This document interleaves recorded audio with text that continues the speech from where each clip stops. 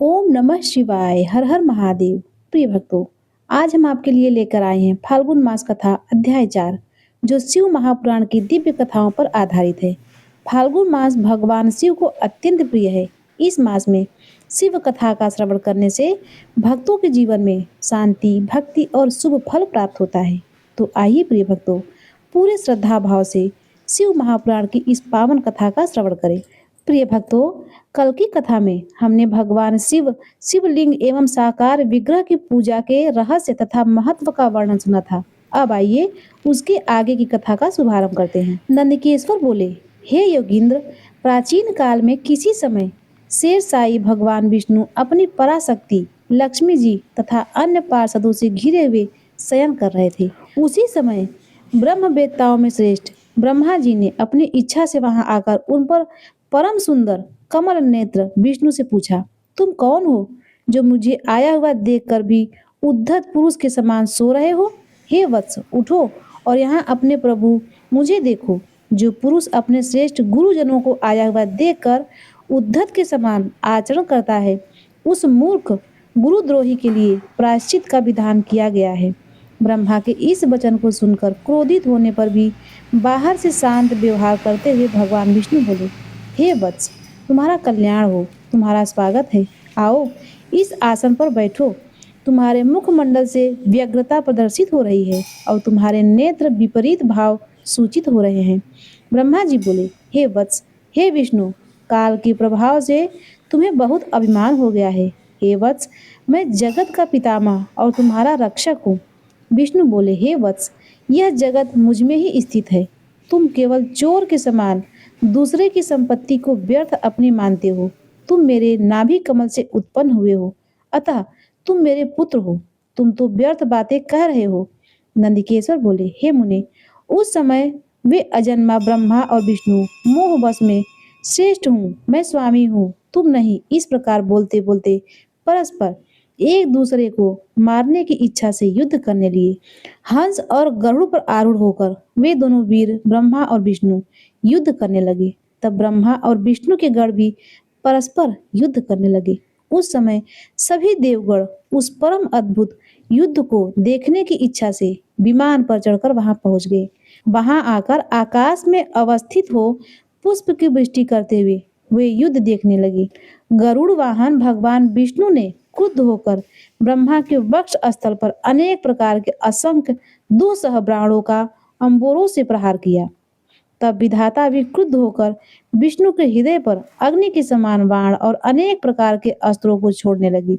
उस समय देवगण उन दोनों का यह अद्भुत युद्ध देखकर अतिशय व्याकुल हो गए और ब्रह्मा तथा विष्णु की प्रशंसा करने लगे। तत्पश्चात युद्ध में तत्पर महाज्ञानी विष्णु ने अतिशय क्रोध के साथ श्रांत हो दीर्घ निश्वास लेते हुए ब्रह्मा को लक्ष्य कर भयंकर महेश्वर अस्त्र का संधान कर दिया। ब्रह्मा ने भी अतिशय क्रोध में आकर विष्णु के हृदय को लक्ष्य कर ब्रह्मांड को कंपित करते हुए भयंकर पाशुपत अस्त्र का प्रयोग किया। ब्रह्मा और विष्णु के सूर्य के समान हजारों मुख वाले अत्यंत उग्र तथा प्रचंड आंधी के समान भयंकर दोनों अस्त्र आकाश में प्रकट हो गए। इस प्रकार ब्रह्मा और विष्णु का आपस में भयंकर युद्ध होने लगा। तात उस युद्ध को देखकर सभी देवगण राज विलुप्त के समय ब्राह्मणों के समान अतिशय दुखी और व्याकुल होकर परस्पर कहने लगे, जिनके द्वारा सृष्टि स्थित प्रलय तीरों भाव तथा अनुग्रह होता है और जिसकी कृपा के बिना इस भूमंडल पर अपनी इच्छा से एक तीर का भी विनाश करने में कोई भी समर्थ नहीं है, उन त्रिशूलधारी ब्रह्म स्वरूप महेश्वर को नमस्कार है। भयभीत देवतागण इस प्रकार सोचते हुए चंद्रशेखर महेश्वर जहाँ विराजमान थे उस शिव स्थान कैलाश शिखर पर गए। शिव के उन प्रणवाकार स्थान को देखकर वे देवता प्रसन्न हुए और प्रणाम करके भवन में प्रविष्ट हुए। उन्होंने वहां सभा के मध्य में स्थित मंडल में देवी पार्वती के साथ रत्नमय आसन पर विराजमान देवश्रेष्ठ शंकर का दर्शन किया। वे वाम चरण के ऊपर दक्षिण चरण और उसके ऊपर वाम कर कमल रखे हुए थे। समस्त शुभ लक्षणों से संपन्न थे और चारों ओर शिवगण उनकी सेवा में तत्पर थे। शिव के प्रति उत्तम शक्ति भाव वाली कुशल रमणियां उन पर चबर डुला रही थी। वेद निरंतर उनकी स्तुति कर रहे थे और वे अनुग्रह की दृष्टि से सबको देख रहे थे। हे वत्स, उन महेश्वर शिव को देखकर आनंदा अश्रुओं से परिपूर्ण नेत्रों वाले देवताओं ने दूर से ही उन्हें दंडवत प्रणाम किया। भगवान शंकर ने उन देवों को देखकर अपने गणों से उन्हें समीप बुलवाया और देव शिरोमणि महादेव उन देवताओं को आनंदित करते हुए अर्थ गंभीर मंगलमय तथा सुमधुर वचन में कहने लगे। शिवजी बोले, हे पुत्रों, आपकी कुशल तो है। मेरे अनुशासन में जगत तथा देव श्रेष्ठ अपने अपने कार्यों में लगे तो है। हे देवताओं, ब्रह्मा और विष्णु के बीच होने वाले युद्ध का वृत्तांत तो मुझे पहले से ही ज्ञात था। आप लोगों ने यहाँ आने का परिश्रम करके उन्हें पुनः बताया है। हे सनत कुमार, उमापति शंकर ने इस प्रकार मुस्कुराते हुए मधुर वाणी में उन देवगणों को संतुष्ट किया। इसके बाद महादेव जी ने ब्रह्मा और विष्णु को युद्ध स्थली में जाने के लिए अपने सैकड़ों गणों को वहीं सभा में आज्ञा दी। तब महादेव जी के प्रणाम के लिए अनेक प्रकार के बाजे बजने लगे और उनके गणाध्यक्ष भी अनेक प्रकार से सज धज कर वाहनों पर सवार होकर जाने के लिए तैयार हो गए। भगवान उमापति 5 मंडलों से सुशोभित आगे से पीछे तक प्रणव ओम की आकृति वाले सुंदर रथ पर आरूढ़ हो गए। इस प्रकार पुत्रों और गणों सहित प्रस्थान किए। शिव जी पीछे पीछे इंद्र आदि सभी देवगण भी चल पड़े। विचित्र ध्वजाएं, पंखे, चंवर, पुष्प वृष्टि, संगीत, नृत्य और वाद्यों से सम्मानित पशुपति भगवान शिव भगवती उमा के साथ सेना सहित उन दोनों ब्रह्मा और विष्णु की युद्ध भूमि में आ पहुंचे। उन दोनों का युद्ध देखकर शिव जी ने गढ़ का कोलाहल तथा वाद्यों की ध्वनि बंद कर दी तथा वे छिप कर आकाश में स्थित हो गए। उधर सूरवीर ब्रह्मा और विष्णु एक दूसरे को मारने की इच्छा से महेश्वर शस्त्र और पशुपत शस्त्र का परस्पर संधान कर रहे थे। ब्रह्मा और विष्णु के अस्त्रों की ज्वाला से तीनों लोग जलने लगे। निराकार भगवान शंकर इस अकाल प्रलय को आया देखकर एक भयंकर विशाल अग्नि स्तंभ के रूप में उन दोनों के बीच प्रकट कर दिया। संसार को नष्ट करने में सक्षम वे दोनों दिव्य अस्त्र अपने तेज सहित उस महान अग्नि स्तंभ के प्रकट होते ही तत्क्षण शांत हो गए।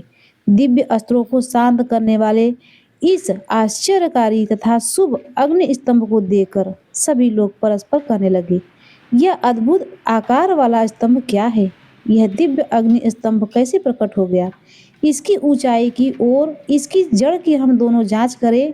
ऐसा एक साथ निश्चय करके वे दोनों अभिमानी बोर उसकी परीक्षा करने को तत्पर हो गए और शीघ्रता पूर्वक चल पड़े।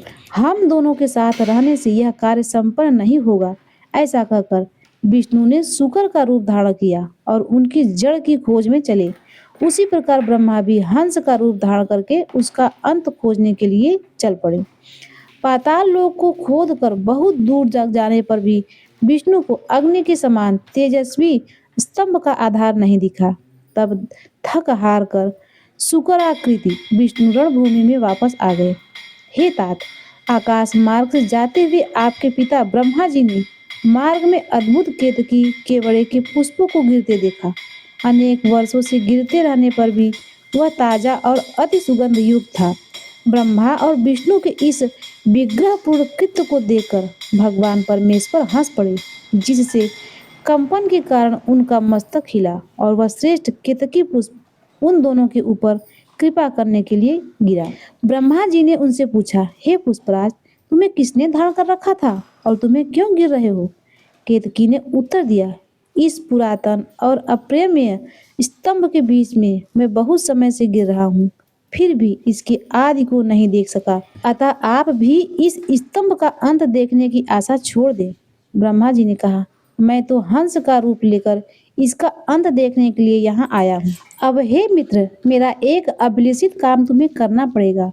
विष्णु के पास मेरे साथ चलकर तुम्हें इतना कहना है कि ब्रह्मा ने इस स्तंभ का अंत देख लिया है। हे अच्युत, मैं इस बात का साक्षी हूँ। केतकी से ऐसा कहकर ब्रह्मा ने उसे बार बार प्रणाम किया और कहा कि आपत्ति काल में तो मिथ्या भाषण भी प्रशस्त माना गया है। यह शास्त्र की आज्ञा है।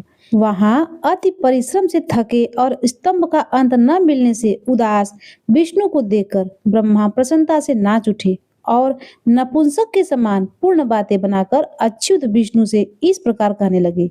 हे हरे, मैंने इस स्तंभ का अग्रभाग देख लिया है। इसका साक्षी यह केतकी पुष्प है। तब उस केतकी ने भी झूठी विष्णु के समक्ष कह दिया कि ब्रह्मा की बात यथार्थ है। विष्णु ने उस बात को सत्य मानकर ब्रह्मा को स्वयं प्रणाम किया और उनका खड़ोपचार पूजन किया। उसी समय कपटी ब्रह्मा को दंडित करने के लिए उस प्रज्वलित स्तंभ लिंग से महेश्वर प्रकट हो गए।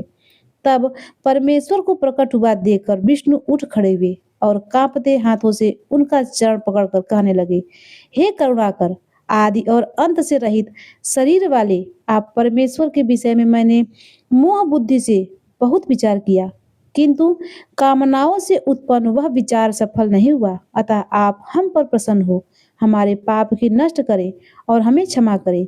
यह सब आपकी लीला से ही हुआ है। ईश्वर बोले, हे वत्स, मैं तुम पर प्रसन्न हूँ, क्योंकि श्रेष्ठता की कामना होने पर भी तुमने सत्य वचन का पालन किया है। इसीलिए लोगों में तुम मेरे समान ही प्रतिष्ठा और सत्कार प्राप्त करोगे। और हे हरे, आपसे आपकी पृथक मूर्ति बनाकर पुण्य क्षेत्रों में प्रतिष्ठित की जाएगी और उसका उत्सव पूर्वक पूजन होगा। इस प्रकार परमेश्वर ने विष्णु की सत्य निष्ठा से प्रसन्न होकर देवताओं के सामने उन्हें अपनी समानता प्रदान की। नंदिकेश्वर बोले, तदुपरांत महादेव शिव ने ब्रह्मा के गर्व को मिटाने की इच्छा से अपनी भृगुटी के मध्य से भैरव नाम का एक अद्भुत पुरुष को उत्पन्न किया। उस भैरव ने रणभूमि में अपने स्वामी शिव जी को प्रणाम करके पूछा कि हे प्रभु, आप शीघ्र ही आज्ञा दे, मैं आपका कौन सा कार्य करूं। शिव जी बोले, हे वत्स, ये जो ब्रह्मा है इस सृष्टि के आदि देवता है। तुम वेग पूर्वक तीक्ष्ण तलवार से इनकी पूजा करो, अर्थात इनका वध कर दो। तब भैरव एक हाथ से ब्रह्मा के केस पकड़कर असत्य भाषण करने वाले उनके अद्भुत पांचवें सिर को काटकर हाथों में तलवार भांजते हुए उन्हें मार डालने के लिए उद्यम हुए। सनत कुमार, तब आपके पिता अपने आभूषण वस्त्रमाला उत्तरीय एवं निर्मल बालों के बिखर जाने से आंधी में झकझोरे हुए केले के पेड़ और लता गुल्मों के समान कंपित होकर भैरव के चरणों कमलों पर गिर पड़े। तात, तब ब्रह्मा की रक्षा करने की इच्छा से कृपालु विष्णु ने मेरे स्वामी भगवान शंकर के चरण कमलों को अपने अश्रु जल से भिगोते हुए हाथ जोड़कर इस प्रकार प्रार्थना की, जैसे एक छोटा बालक अपने पिता के प्रति टूटी फूटी वाणी में करता है। अच्युत बोले, हे ईश, आपने ही पहले कृपा पूर्वक इन ब्रह्मा को पंचानन रूप प्रदान किया था, इसीलिए ये आपके अनुग्रह करने योग्य हैं। इनका अपराध क्षमा करें और इन पर प्रसन्न हो। भगवान अच्युत के द्वारा इस प्रकार प्रार्थना किए जाने पर शिव जी ने प्रसन्न होकर देवताओं के सामने ही ब्रह्मा को दंडित करने से भैरव को रोक दिया। शिव जी ने एक सिर के विहीन कपटी ब्रह्मा से कहा, हे ब्राह्मण, तुम श्रेष्ठता पाने के चक्कर में सठे सत्वों को प्राप्त हो गए हो, इसीलिए संसार में तुम्हारा सत्कार नहीं होगा और तुम्हारे मंदिर तथा पूजन उत्सव आदि नहीं होंगे। ब्रह्मा जी बोले, हे महाविभूति संपन्न स्वामी, आप मुझ पर प्रसन्न होइए। आपकी कृपा से अपने सिर के कटने को भी आज श्रेष्ठ समझता हूँ। विश्व के कारण विश्व बंधु दोषों को सह लेने वाले और पर्वत के समान कठोर धनुष धारण करने वाले आप भगवान शिव को नमस्कार है। ईश्वर बोले, हे वत्स, अनुशासन का भय नहीं रहने से यह सारा संसार नष्ट हो जाएगा, अतः तुम दंडनीय को दंड दो और इस संसार की व्यवस्था चलाओ। तुम्हें एक परम दुर्लभ वर भी देता हूँ, जिसे ग्रहण करो। अग्निहोत्र आदि वैदानिक और गृह यज्ञों में आप ही श्रेष्ठ रहोगे। सर्वपूर्ण और पुष्पकल दक्षिण वाला यज्ञ भी आपके बिना निष्फल होगा। तब भगवान शिव ने झूठी गवाही देने वाली कपटी केतकी पुष्प से कहा, अरे सठ केतक, तू दुष्ट हो, यहाँ से दूर चले जाओ। मेरी पूजा में उपस्थित तुम्हारा फूल मुझे प्रिय नहीं होगा।